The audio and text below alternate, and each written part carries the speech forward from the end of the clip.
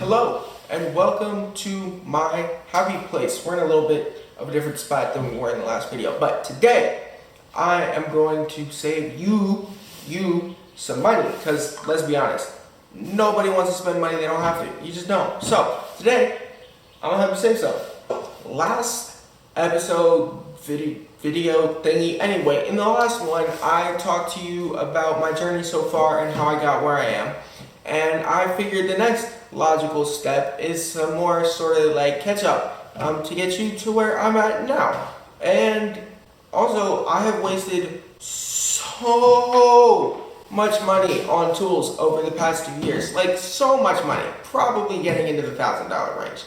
And, I want you to learn from my mistakes, not repeat them. So, today, I'm going to be going over a whole bunch of my tools, and the ones that I'm really glad I bought and the things that I really kind of wish I hadn't, and what works for me and why they work for me or why they don't work for me, so that you can sort of use this as like a jumping off point to make those same decisions for yourself. One last thing before we start, quick disclaimer. The answer to what tools you should buy is super complicated and really depends on your budget and what specifically you're interested in making and a whole bunch of other things, and it's really not at all one size fits all. So just because I have a tool doesn't mean that you need it, and just because I don't have that tool that you're looking at thinking about getting doesn't mean that you shouldn't buy it. It just doesn't work that way. But if you stick around till the end of the video, I'll give you some advice that I've kind of figured out about how to make those decisions that honestly would have saved me so much money if I had figured that out like day one instead of like year 1.5. So let's get into it. Okay, so the first tool I really like, and I still use it more than probably literally anything else in my shop, and it's this simple box cutter. I love this thing. It does almost all of my cutting, except for some of the like super thin 1 to 2 ounce stuff. Then I use an X-Acto, but this does most of it, and it can handle pretty much anything I throw at it, and I don't have to worry about sharpening a weirdly shaped blade like I would with a round knife or a head knife. I can just replace it, and the blades are nice and cheap anyway, so I don't really feel bad about that. Second, we have the mini maxi punch set craft tool from Tandy is the one that I have. I love this thing. It comes with a couple interchangeable punch heads, different diameters, depends on which set you get, so look at those before you buy one. And they screw into this silver body here, and it's just a simple drive punch. I love this thing. I honestly prefer it over the rotary punch, and a lot of people don't, and I don't really get why. This thing is so much more versatile. I bought a rotary punch at first because I kind of gave into the hype around it, because everyone said it was the way to go, so that's the way I went, and I really wish I had it because I just don't use it. I use this thing all the time. It's so much more versatile. It can get it can get anywhere on a project, and the rotary punch is limited to the outer quarter, half inch or so. And honestly, I find that the rotary punch just can't handle heavier weights. This can. These next two are absolutely crucial if you are doing anything bedstand. Please do yourself a favor and do anyone you're making anything for a favor and buy yourself an edge beveler and a burnisher. These two tools combined with a little bit of water will take your project from looking like cheap garbage to professional, high quality, just beautiful. It's ridiculous.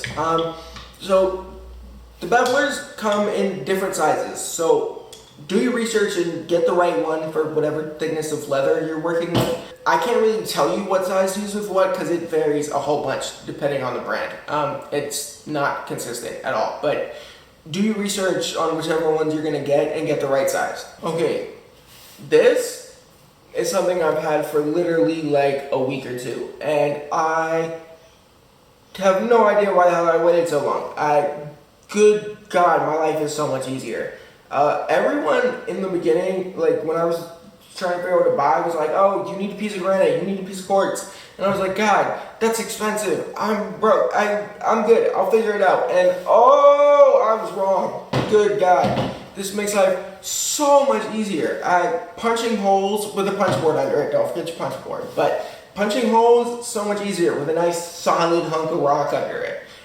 Doing tooling, I don't do that much, but I did a test just for the fun of it, and it was so much cleaner. And it makes my life so much easier. Why? Why did I wait? It's $15 from Weaver. Why did I wait on this? I don't know, but get it. Get this. Don't be like me. I waited like dang near 2 years to buy this, and I spent so much time and energy that I just didn't need to. Okay, finally for the good stuff is this rivet setter and these 2 pieces of a saddler's rivet. Now, a lot of people are going to tell you that, oh, you need to get a stitching groover and chisels and tiger thread and needles and all this stuff and a stitching pony but I just don't do a lot of that kind of work. Most of my stuff is bulky and heavy duty and outdoor oriented, and I just don't hand sew a lot. Rivets are just better suited for the kind of work that I do. Okay, now for some of the regrets. There's a lot of them, honestly, so I won't talk about all of them, just a few of the big ones. First is all of these stamps. There's a lot of them here. I don't know if you can tell how many that is, but it's a lot. And I don't use them. I got them in a pretty cheap set on Amazon, and they're honestly, like, they're not bad tools. They're really good at what they do. I just don't use them. In pretty much the same boat, we have this swivel knife and stylus, the same reason. They're both for tooling, and I don't use them enough. And they just kind of take up space that I don't need them to take up. Same thing with, I don't want to pull it out because it's buried somewhere, but I have got this big sewing kit on Amazon. Again, don't do kits, but I just don't use them. I just don't, I ended up buying different versions of most of the stuff that was in it that I do use, and now I have a bunch of weirdly shaped needles I'm never gonna use, and so I didn't need that, and that's kind of the big theme. So I bought a lot of tools that I didn't need, that I thought I needed, and I regret pretty much all of them. So don't be like me. Be better. Be better. At the end of the day, leatherworking is a really diverse trade with all seemingly endless tools, with all sorts of variations of each tool, and that can be really intimidating when you're first starting out. And honestly, it can be really tempting to try to buy all of them because, well, that guy has them and he's successful, so I probably need them. And honestly, that way of thinking cost me a lot of money in the beginning.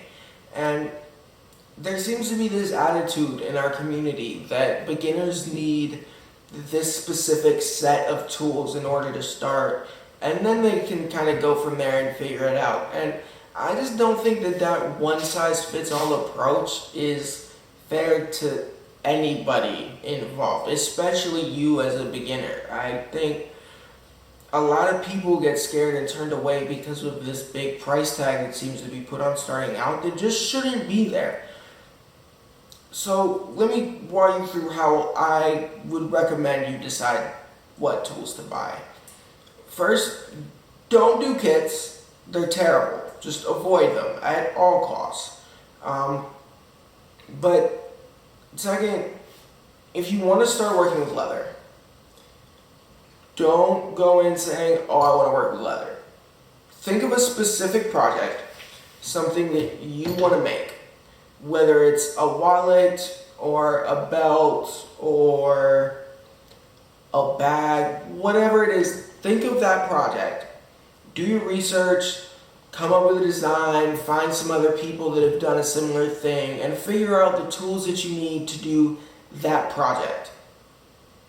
And if you can get by without some of them, then maybe try to do that to save yourself money. Once you have that figured out, go to your local Tandy or online to Weaver or whatever works best for you and get only those tools. Don't buy anything else. Just what you figured out you needed. Then go home, make that project, get some experience under your belt, and then think of another project. And do that same process of coming up with a design, figuring out exactly what you need. And if you need a new tool to complete that project, then buy that tool. And buy the best version of that tool that you can afford at that time. That way you won't be stuck with cheap crap that you have to replace later. You won't be stuck with stuff that you're never going to use, that you regret, that just takes up space. And it'll just be a way smoother ride. That said, don't be afraid to explore, to try new things, new kinds of projects. Because exploration, trying things out, is the only real way that you can gain real experience so that you can find your lane and excel. That's something that I've had to learn the hard way, but hopefully I can use this platform to share my journey so that you don't have to, because good Lord. My name is Jonah, and I'll see you in the next one right here at Maccabee.